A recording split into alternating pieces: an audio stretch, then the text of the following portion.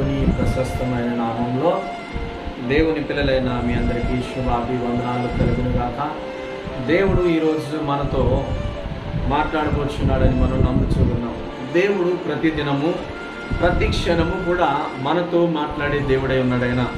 కానీ మనం ఏం చేస్తున్నామంటే దేవుని సన్నిధికి రాకుండా, దేవుని సన్నిధిలో మనము మోకరించకుండా, దేవుని వాక్యాన్ని ధ్యానించకుండా మనం ఏం చేస్తున్నాం? ఈ రోజుల్లో సమయాన్ని మనం వృధా చేసుకుంటున్నాం.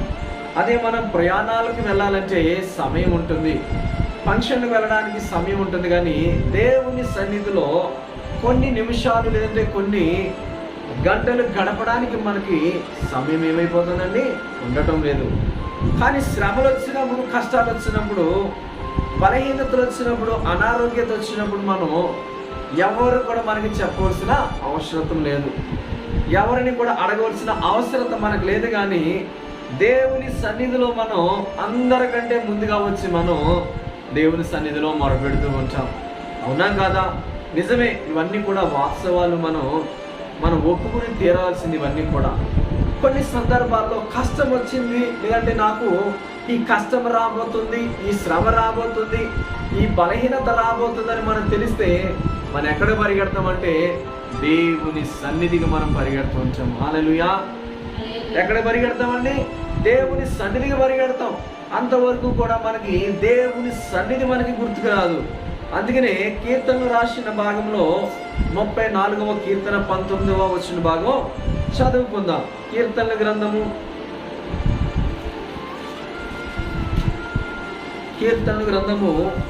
34వ అధ్యాయం 19వ వచ్చిన భాగంలో రాయబడిన మాటను మనం చదువుకుందాం. నీతిమంతునికి కలుగు ఆపదలు అనేకములు, వాటి అన్నిటిలో నుండి యెహోవా వారిని విడిపించెను. దేవునికి స్తోత్రం కలుగును గాక. హల్లెలూయా. ఈ ఆపదలు, శ్రమలు, లేదంటే నిందలు, అవమానాలు, ఇవన్నీ కూడా ఎవరికి కలుగుతున్నాయంటే నీతిమంతునికి కలుగుతున్నట్లుగా మనం ఇక్కడ లేఖన భాగంలో మనం చూస్తూ ఉన్నాం. హల్లెలూయా. ఆది అపోస్తలులను పిలవబడిన వారు దేవుని సువార్త చేస్తున్నప్పుడు మరి మనం చూసినట్లయితే వారు ఎన్నో శ్రమలకు గురయ్యారు. ఆఖరికి వారి ప్రాణాలను కూడా త్యాగం చేసి మన కొరకు పునాదులు వేసిన వారు. హల్లెలూయా. మరి అందుకే చూస్తూ ఉంటాం, స్టెఫనుని రాళ్ళతో కొట్టబడ్డాడు, పేతురు చంపబడ్డాడు, నూనెలో వేయబడ్డాడు, తలకిందులుగా సిలువ వేయబడ్డారు శిష్యులు. లేదంటే అనేక రకాలైన శ్రమలు వీరు ఎవరి కొరకు అనుభవించారంటే దేవుని రాజ్యము కొరకు. హల్లెలూయా. ఈరోజు దేవుని రాజ్యము కొరకు, దేవుని రాకడ కొరకు మనం నీతివంతులుగా మనం ఉంచున్నామా? ఈరోజు మనం ఎలా జీవిస్తున్నాం అనే విషయాన్ని మనందరం కూడా ప్రశ్నించుకుని తీరాలి. ఒక్కసారి మనం ఏం చేసుకోవాలి? స్కాన్ చేసుకుని చూసుకోవాలి. ఈరోజు నేను ఎలా ఉన్నాను, నా పరిస్థితి ఎలా ఉంది, నేను దేవుని కొరకు నేను జీవిస్తున్నానా లేదా అని మనం చూసుకోవాలి ఈరోజు. హల్లెలూయా. అందుకే అంటాడు కదా, అంతము వరకు సహించమన్నాడండి. అంతము వరకు నువ్వు సహించేవాడు అయితే నీవు ధన్యుడు. దేవుని రాజ్యంలో నీకు గొప్ప ఉన్నతమైన స్థానం ఉంది. అంతము వరకు సహించాలి. ఈరోజు మనం సహించగలుగుతున్నాం. ఈరోజు చిన్న శ్రమలనే భరించలేం. ఎవరన్నా ఒక మాట అంటే మనం తట్టుకోలేం, భరించలేం. వాళ్ళు నన్ను ఎలా అన్నారని మనం ఎంతగానో మనం దుఃఖిస్తూ ఉంటాం. లేదంటే వారి మీద మనం పగలు ప్రతీకారాలు తీర్చుకోవాలని ఏం చేస్తూ ఉంటాం? ఉచ్చును పన్నుతూ ఉంటాం, పన్నాగాలు పన్నుతూ ఉంటాం, ప్లానింగ్స్ మనం చేసుకుంటూ ఉంటాం. వాళ్ళని ఏదో రకంగా గాయపరచాలి, ఏదో రకంగా నష్టపరచాలి, దెబ్బ కొట్టాలని మనం చూస్తూ ఉంటాం. మరి ఇలా మనం జీవిస్తుంటే మనం నీతివంతులమా? దేవుని వాక్యానికి వ్యతిరేకంగా జీవిస్తూ, నీతివంతులంటే దేవుని కొరకు శ్రమలను అనుభవించేవారు. నీతివంతులంటే ఆది అపోస్తలులు దేవుని సువార్తని ఆ కాడిని మోస్తున్న ఆ దినాలలో వారికి ప్రాణము సంక్రమించినా కూడా వారు భయపడకుండా వారు ఏం చేశారండి? దేవుని సేవను ముందుకు తీసుకెళ్లి వారు ప్రాణాలను విడిచిపెట్టారు. మరి అలాంటి నీతివంతులుగా మనం ఉంటున్నాం. ఈరోజు స్వార్థ విషయంలో ఉంటున్నామా? యథార్థత విషయంలో మన నీతి కలిగి జీవిస్తున్నామా? దేవుని యందు భయభక్తుల విషయంలో మన నీతి కలిగి జీవిస్తున్నామా? దేవునికి విచ్చే విషయంలో మనం నీతి కలిగి జీవిస్తున్నామా? దేవుని కొరకు మనం ఆయన కాడిని మనం యవ్వన కాలం మంది ఎత్తుకునే విషయంలో మనం నీతి కలిగి జీవిస్తున్నామా?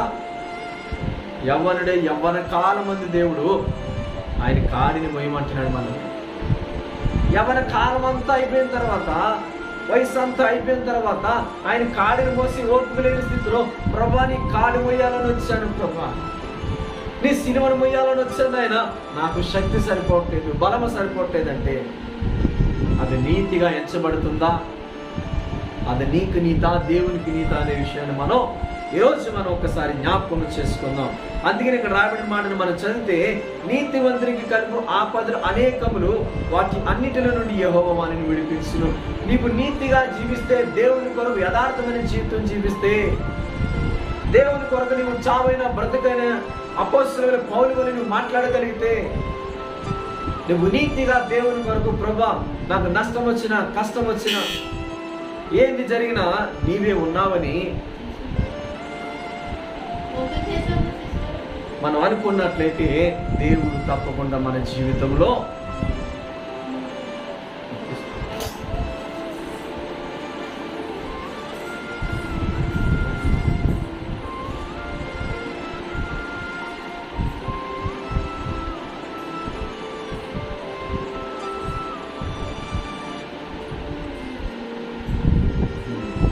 కాబట్టి ప్రియమైన దేవుని సంగమా, మనం నీతిగా జీవించినట్లయితే దేవుడు తప్పకుండా ఎలాంటి శ్రమలు వచ్చినా, కష్టాలు వచ్చినా, అవమానాలు వచ్చినా, నిందలు వచ్చినా, బలహీనత వచ్చినా, ఆఖరికి చావే నీ దగ్గరికి వచ్చిన దేవుడు హిజ్కియాకు ఎలాగైతే ఆయుష్ని ఇచ్చాడో ఆ రకంగా ఆయుష్ని ఇవ్వబోతున్నాడు. హల్లెలూయా. దేవుడు అంత గొప్ప దేవుడు. కాబట్టి నీవు శ్రమలలో నుండి కూడా నువ్వు మొరపెట్టినప్పుడు, నీకు శ్రమలు వచ్చినప్పుడు, నిందలు వచ్చినప్పుడు, లేదంటే నీకు నష్టం వచ్చినా కూడా నువ్వు దేవుని తట్టు తిరిగినట్లయితే, దేవుని కొరకు నువ్వు జీవించినట్లయితే, దేవుడు ప్రతి నిందను కూడా నీకు మేలుకరంగా చేయబోతున్నాడు, ఆశీర్వాదకరంగా చేయబోతున్నాడు. అందుకనే యెషయా రాసిన గ్రంథం 54వ అధ్యాయం 17వ వచన భాగం చదువుకుందాం. యెషయా రాసిన గ్రంథం 54వ అధ్యాయం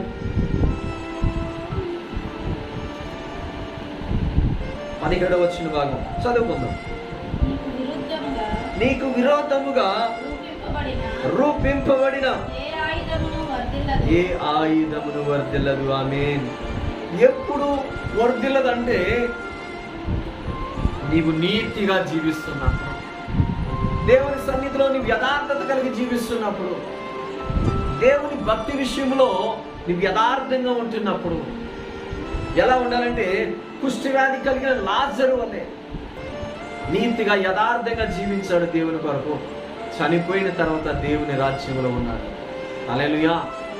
కాబట్టి ప్రియమైన దేవుని పిల్లలారా, నీ వ్యాధిలో నువ్వు నీతిగా ఉండాలి, నీ కష్టంలో నువ్వు నీతిగా ఉండాలి, నీ బలహీనంలో నువ్వు నీతిగా ఉండాలి, అన్ని విషయాల్లో కూడా నువ్వు నీతి కలిగి జీవించాలి. హల్లెలూయా, హల్లెలూయా. కాబట్టి మనం చూసుకున్నట్లయితే, యోబు గారి జీవితంలో కూడా శ్రమలు వచ్చినాయి, కష్టాలు వచ్చినాయి.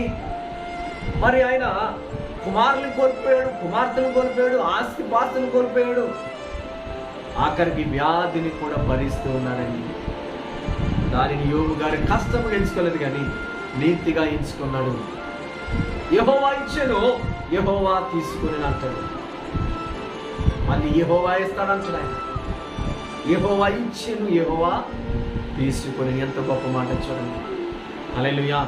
ఈరోజు మనం అలాగంటున్నాం. ఈరోజు ఒకవేళ కానీ ఎవరికైనా గర్భఫలం కానీ ఫెయిల్ అయిపోతే, వారు ఇంకా దేవుడిని రకరకాలుగా అంటూ ఉంటారండి. దేవుడు దానికంటే శ్రేష్టమైనది, బహు గొప్పది నీకు ఇవ్వాలనుకుంటున్నాడేమో. కొన్ని సందర్భాలలో మనం దేవుడి మీద మనం నిందలేస్తూ ఉంటాం. నీకు విరోధముగా రూపింపబడిన ఏ ఆయుధమును వర్ధిల్లదు. వర్ధిల్లదండి. ఎప్పుడో తెలుసా? దేవుని కొరకు నీవు నిలబడినప్పుడు మాత్రమే. దేవుడు చూస్తాడు. నీ శ్రమలు, కొన్ని సందర్భాల్లో నీకు శ్రమలు వస్తున్నాయంటే దేవుడే వాటిని నీ జీవితంలోకి అనుమతిస్తాడు, శ్రమలను అనుమతిస్తాడు నీకు. ఆ శ్రమలలో నుంచి నువ్వు దేవుణ్ణి ఏ రకంగా నువ్వు ఆరాధిస్తున్నావు, ఏ రకంగా దేవుని సన్నిధిలో నువ్వు గడపగలుగుతున్నావు, ఏ రకంగా దేవునితో నీ సంబంధం ఉంది అని దేవుడు కొన్నిసార్లు పరీక్షలు పెడుతుంటాడు, పరీక్షిస్తుంటాడు. అబ్రహాముని దేవుడు పరిశోధించాడంట, యోబుని కూడా దేవుడు పరిశోధించాడు. ఇక్కడ యోబు విషయంలో అపవాదం అంటది కదా, ఇదిగో నువ్వెంతో విశ్వాసముతో నువ్వు చెప్తున్నావు కదా, అలాంటి యోబు ద్వారానే నేను ఎందుకు వచ్చిన ఈ భక్తి దేవుడని అతని నోటితో నేను పలికిస్తానని యెహోవాతో అపవాది మాట్లాడుతున్నాడు. మనం మొదటి అధ్యాయంలో మనం చూస్తూ ఉంటాం యోబు రాసిన గ్రంథంలో. హల్లెలూయా. అప్పుడు దేవుడు అంటాడు, అతని మీద అతనికి కీడు చేయడానికి నీకు ఏ అధికారం లేదంటాడండి దేవుడు. హల్లెలూయా. కాబట్టి ప్రియమైన దేవుని పిల్లారా, ఇక్కడ మనం చదువుకున్నట్లయితే యోబు గ్రంథము మొదటి అధ్యాయం 11వ భాగం, ఆయనను నీవు ఇప్పుడు నీ చేయి చాపి అతనికి కలిగిన సమస్తమును మొత్తిని ఎడల అతడు నీ ముఖమును ఎదుటనే దూషించి నిన్ను విడిచిపోవరని యెహోవాతో అనగా. ఎవరు అంటున్నారంటే అపవాదం అంటే నీ మాటలన్నీ కూడా. అతనికి ఇచ్చిన ఆస్తులు లాగేసుకుంటే, అతనికి ఇచ్చిన కుటుంబం, అతనికి ఇచ్చిన సంపదలను తీసేసుకుంటే అతడే నీ ముఖం మీద ఏమంటాడంట, ఎదుటినే దూషించి నిన్ను విడిచిపెట్టి వెళ్ళిపోతాడని యెహోవాతో అపవాది అంటున్నాడంట. అప్పుడు 12వ భాగంలో మాట జరుగుతుంది, యెహోవా ఇదిగో అతనికి కలిగిన సమస్తమును నీ వశంలో ఉన్నది, అతనికి మాత్రము ఏ హాని చేయకూడదని అపవాదికి సెలవీయగా వాడు యెహోవా సన్నిధి నుండి బయలు వెళ్ళెను. చూసారా, యోబు జీవితంలో కూడా శ్రమలు వచ్చినంటే దేవుడు ఇక్కడ యోబుని పరిశీలించాలని దేవుడు కాదు కానీ అపవాదం అంటున్నాడు. యోబు అంటే నీకెంతో నమ్మకం, యోబు అంటే నీకెంతో విశ్వాసం, అలాంటి యోబే నీ ముఖం మీద నిన్ను దూషించి నిన్ను విడిచిపెట్టి వెళ్ళిపోతాడని అపవాది దేవుడితో మాట్లాడుతున్నాడు. హల్లెలూయా. కానీ యోబుకి ఎంత కష్టం వచ్చినా, శ్రమ వచ్చినా కానీ యోబు దేవుని నీతిని విడిచిపెట్టలేదు, యోబు దేవుని భక్తిని విడిచిపెట్టలేదు, దేవుడి మీద ఉన్న గౌరవాన్ని విడిచిపెట్టలేదు, దేవుడి మీద ఉన్న విశ్వాసాన్ని విడిచిపెట్టకుండా యోబు ఏం చేస్తున్నాడంటే దేవుని మీదే ఆధారపడి జీవిస్తున్నాడు. కాబట్టి అప్పుడు ఈ మాట మనం చెప్పొచ్చు, యోబుకి విరోధంగా రూపించబడిన ఏ ఆయుధం వర్తిల్లదు. హల్లెలూయా. అప్పుడు ఈ మాటను మనం ఇక్కడ అప్లై చేసుకున్నట్లయితే అప్పుడు మనం ఈ విధంగా చదువుకుంటే యోబుకి విరోధంగా రూపింపబడిన సాతాను ఆయుధము వర్తిల్లదు, సాతాను తంత్రములు ఫలించవు అని మనం చదువుకోగలుగుతాం. హల్లెలూయా. హల్లెలూయా. అపవాది ఎన్నో ప్రయత్నాలు చేశాడు, ఏదో రకంగా దేవునితో మరి అతని మీద దేవుడికి ఉన్న నమ్మకం, లేదంటే దేవుడికి యోబు మీద ఉన్న నమ్మకాన్ని ఒమ్ము చేయాలని అపవాది ఎన్నో రకాలుగా ప్రయత్నాలు చేశాడు. కానీ ఆఖరికి అపవాది ఓడిపోయాడు. దేవుడి విషయాన్ని మనం చూడగలుగుతాం. ఆ కుష్టి వ్యాధితో ఉండి కూడా, ఆ గోపుకోవడానికి గోరు లేని స్థితిలో ఉండి కూడా యోబు దేవుడి మీద ఆధారపడ్డాడు. అందుకే ఇంకొక మాట చదువుకున్నట్లయితే యెషయా రాసిన గ్రంథం 54వ అధ్యాయం 10వ భాగంలో నా కృప నిన్ను విడిచిపోదు. ఎప్పుడు తెలుసా? నీ శ్రమలో నువ్వు నీతిగా జీవిస్తే, కష్టంలో నువ్వు నీతిగా జీవిస్తే. హల్లెలూయా. చదవన మాట యెషయా రాసిన గ్రంథం 54:10. నా పర్వతములు తొలగిపోయినను, మెట్టలు దద్దరిల్లినను, నా కృప నిన్ను విడిచిపోదు. హల్లెలూయా. ఏమి జరిగినా కానీ దేవుని కృప మనలను విడిచిపోదు. దేవుడు మనతో ఉన్నాడు. హల్లెలూయా. ఆపత్కాలమందు యెహోవా నీకు ఉత్తరం ఇచ్చే దేవుడని కీర్తనలు 21లో మనం చూస్తాం. హల్లెలూయా. ఆపత్కాలమందు మొర్ర పెట్టుచున్నప్పుడు దేవుడు మనకు ఉత్తరం ఇస్తే అన్నాడు తెలుసా, నా కృప నిన్ను విడిచిపోదని జవాబును మనకిస్తున్నాడు. దేవునికి మహిమ కలుగును గాక. హల్లెలూయా. కాబట్టి ఆయన కృప మనం విడిచిపోయే కృప కాదు. ఎందుకంటే నీ శ్రమలో, కష్టంలో, కన్నిటిలో, దుఃఖంలో, వ్యాధనలో, మరణములో కూడా మనం ఏం చేస్తున్నామంటే దేవునిని మనం విడవలేదు కాబట్టి దేవుడిని 20 అధ్యాయం 1 భాగంలో హల్లెలూయా ఆపత్కాలమందు యెహోవా నీకు ఉత్తరమిచ్చును. ఆమేన్. ఎవరు ఉత్తరం ఇస్తారు? నీ స్నేహితుల, నీ బంధువుల, నీ కుటుంబ సభ్యుల? దేవుడు ఇక్కడ నీకు ఉత్తరం ఇస్తాడంటే ఆ ఉత్తరం ఎలా ఉంటుందో తెలుసా? ఆ జవాబు ఎలా ఉంటుందో తెలిసిన? పర్వతాలు తొలగిపోయినా, మెట్టెలు దద్దరిల్లినా, భూమి ఆకాశము తలకిందులైపోయినా కానీ నా కృప నిన్ను విడిచిపోదు. ప్రియ కుమార్తె కుమారుడు దేవుడి రోజు మనకి వాగ్దానం ఇస్తున్నాడు. దేవునికి మహిమ కలుగుతాడు. కాబట్టి మనము నీతిగా జీవించాలనేది దేవుని ఆశ. నీతి కలిగి జీవించాలని ఈరోజు మనం చూస్తున్నాం. ఎలాంటి భక్తులు ఉన్నాయి ఈరోజు, ఎలాంటి మోసాలు జరుగుతున్నాయి ఈరోజు. దేవుని పేరు మీద ప్రతిదీ దేవుడు గమనిస్తున్నాడు. దేవుని పిల్లలారా, ఏమాత్రం చింతించకుండా, నీకు ఆపద వచ్చిందా, నీ భారం అంతా కూడా దేవుని మీద. నీకు వ్యాధి వచ్చిందా, స్వస్థపరిచి యెహోవాని నేనే అని వాగ్దానం ఇచ్చిన తండ్రి నన్ను స్వస్థపరచని ప్రార్థన చేయి. నువ్వు నిందలో అవమానాలు కూడా వెళ్తున్నావా? ప్రభా, ఈ నిందలు అవమానాలను ప్రభా నేను భరిస్తానని ఆయన మా కొరకు నువ్వు ఎన్నో భరించావు.